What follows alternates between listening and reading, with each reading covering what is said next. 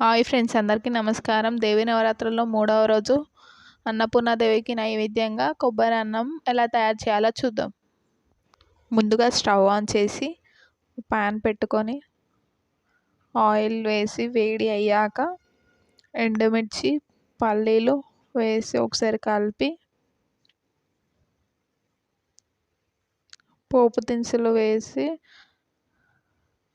నానబెట్టుకున్న శనగపప్పు కూడా వేసి ఒకసారి కలిపి పచ్చిమిర్చి, కరివేపాకు, ఇంగువ, 4 కాజులు వేసి కలుపుకుంటూ ఉండాలి.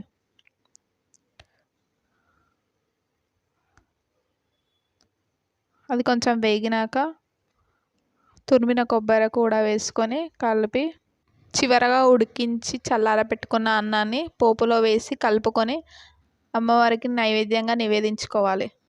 ఈ నవరాత్రులలో అమ్మవారి సంపూర్ణ అనుగ్రహం మనందరికీ కలగాలని కోరుకుంటూ మీ అమ్మ చేతి స్పర్శ.